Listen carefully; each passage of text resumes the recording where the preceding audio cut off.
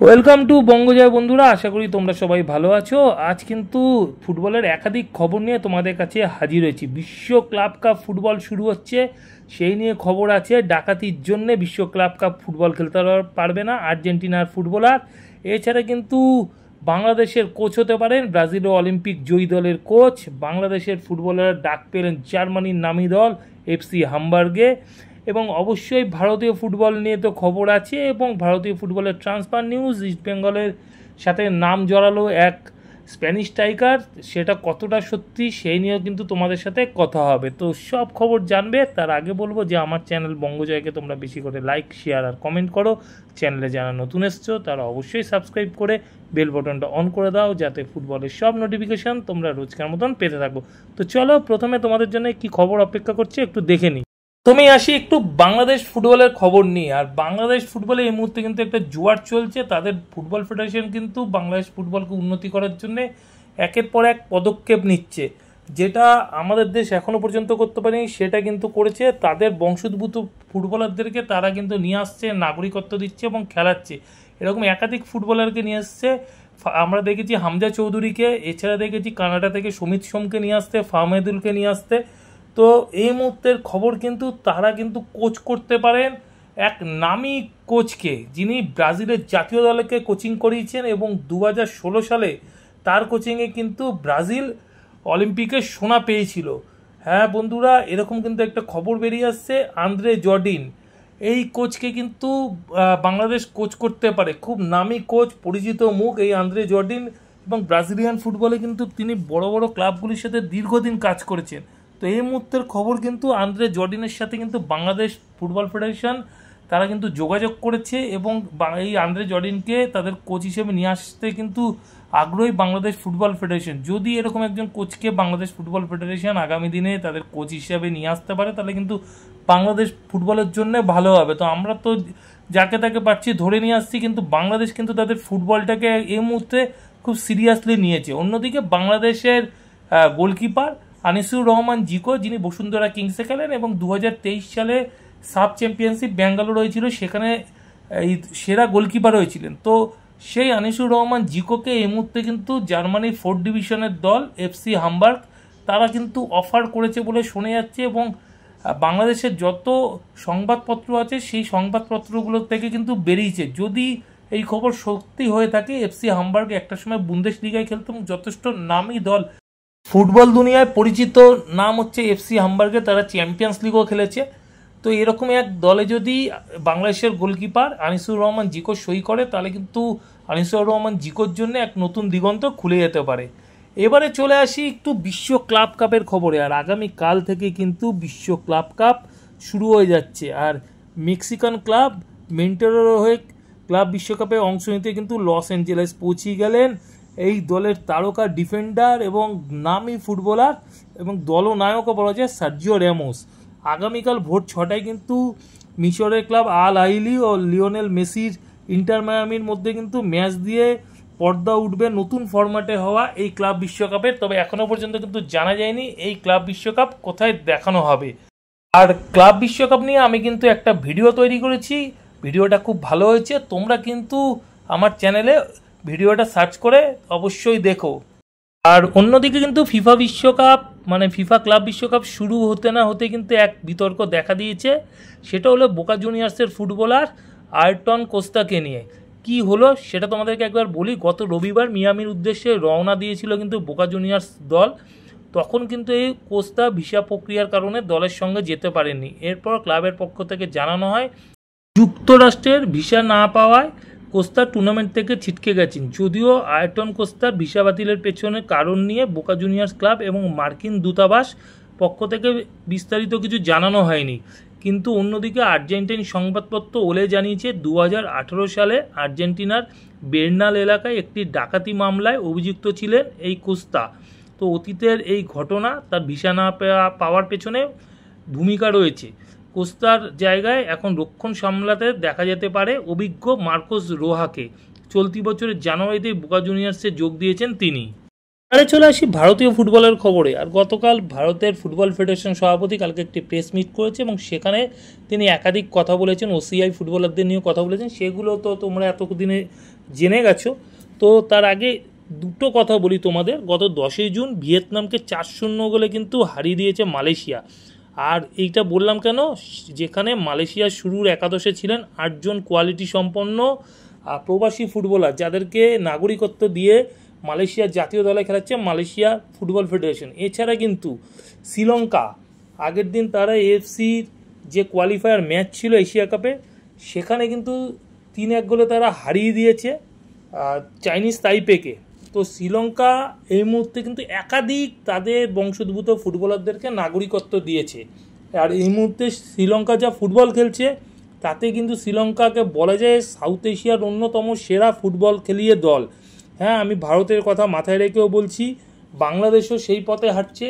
তারা তাদের বংশোদ্ভূত ফুটবলারদেরকে নাগরিকত্ব দিচ্ছে এবং নিয়ে এসে তাদের ফুটবল দলকে শক্তিশালী করছে। তো সেই জায়গা থেকে আমাদের ভারত কি করছে, ভারতের একাধিক ফুটবলার বাইরে আছে এবং দীর্ঘদিন ধরে ভারতীয় ফুটবল সমর্থকদের একটা আবেদন যে তাদেরকে নিয়ে আসা হোক এবং তাদেরকে জাতীয় দলের জার্সি পরে খেলানো হোক। কিন্তু গতকাল প্রেস মিট করলেন কল্যাণ চৌবে, এবং কল্যাণ চৌবে প্রেস মিটে বললেন ঘরোয়া লিগে বিদেশি ফুটবলারের সংখ্যা কমানোর বিষয়ে আমি কিছু বলতে পারি না, এটা স্টক হোল্ডারদের সিদ্ধান্ত।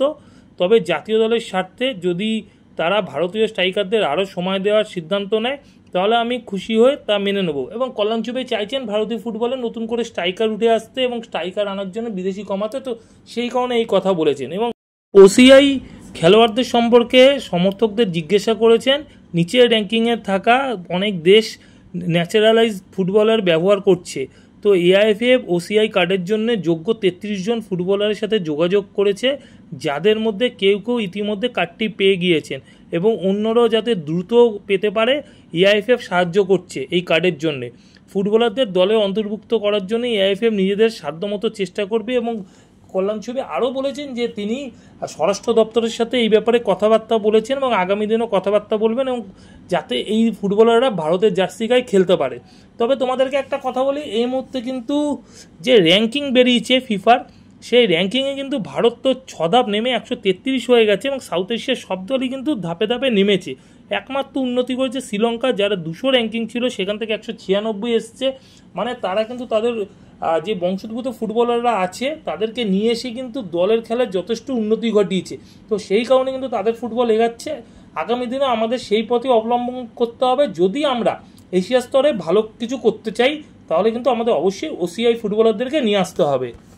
এবার চলে আসি ভারতীয় ফুটবলের ট্রান্সফার নিউজের খবর নিয়ে। আর ট্রান্সফার নিউজের প্রথম খবর এইভাবে, স্প্যানিশ ফুটবলার আলিয়ান ওরিজুনকে নিয়ে। আলিয়ান ওরিজুন 31 বছর বয়সী এই অ্যাটাকিং মিডফিল্ডার কাম উইঙ্গার এবং তার সাথে কিন্তু স্ট্রাইকারও খেলতে পারে। রাজস্থান ইউনাইটেডে ছিলেন, 20 ম্যাচে তিনি 8টি গোল 8টি অ্যাসিস্ট করেছিলেন।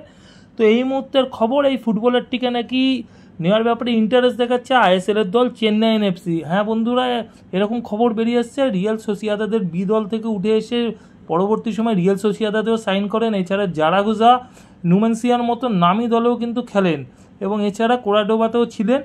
তো পরবর্তী সময় রাজস্থান ইউনাইটেড চলে আসেন, হয়তো কিছুটা অফ ফর্মের জন্যে তিনি আই লিগের দলে সই করেন। তবে একজন দারুণ কোয়ালিটি ফুটবলার, 31 বছর বয়সী, 6 ফুট উচ্চতার এই আলিয়ান। তো দেখা যাক আগামী দিনে আলিয়ান চেন্নাই এনএফসিতে সই করে কিনা। অন্যদিকে শোনা যাচ্ছে চার্চিলও নাকি তার ব্যাপারে ইন্টারেস্ট দেখিয়েছে এবং চার্চিল যদি আইএসএল খেলে তাহলে চার্চিলও কিন্তু এই ফুটবলারটিকে নিতে যায়। তবে ফুটবলারটি কিন্তু এই মুহূর্তে চেন্নাইতে সই করার ব্যাপারে অনেকটাই এগিয়ে গিয়েছেন। অন্যদিকে বিদ্যাসাগর সিং, তোমরা সবাই জানো বিদ্যাসাগর সিংকে একটা সময় ইস্টবেঙ্গলের জার্সি গায়ে কলকাতা মাঠ দাপিয়ে খেলেছিল এই স্ট্রাইকারটি।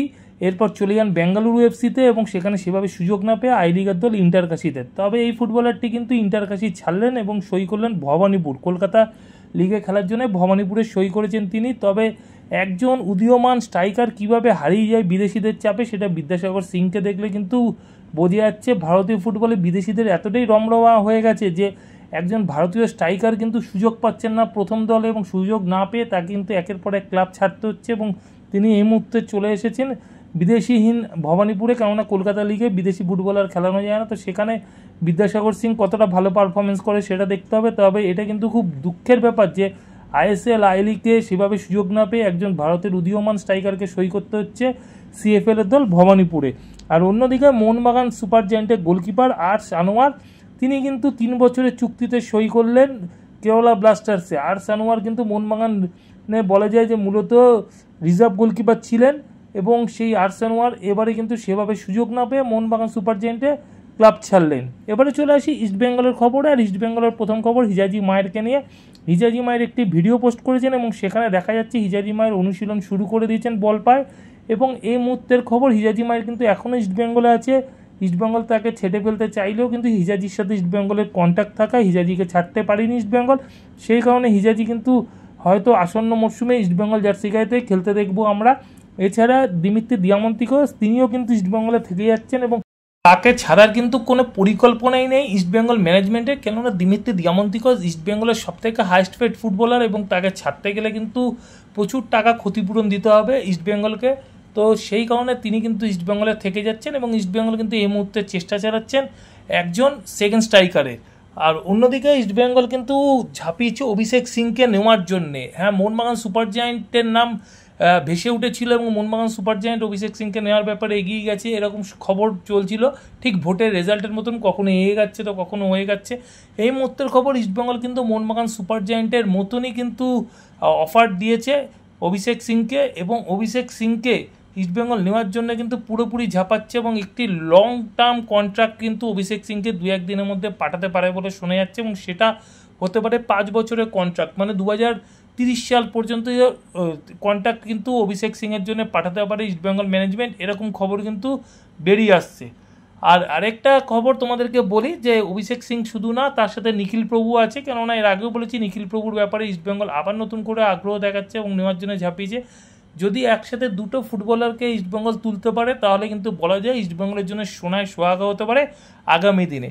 আর আরেকটা খবর বলি যে গতকাল বলেছি স্প্যানিশ স্ট্রাইকারের সাথে ইস্টবেঙ্গলের কন্ট্রাক্ট হয়েছে, এরকম শোনা যাচ্ছে। তবে এখনও কিন্তু কোনো কিছুই ফাইনাল না, প্রতিটা খবরই রিউমার।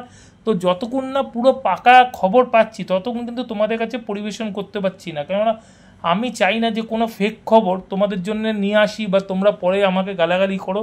তো সেই কারণে কিন্তু আমি ফেক খবর দেওয়াটা খুব একটা পছন্দ করি না। যেটা রিউমার তো বলি হ্যাঁ রিউমার, যেটা ফেক তো বলি ফেক।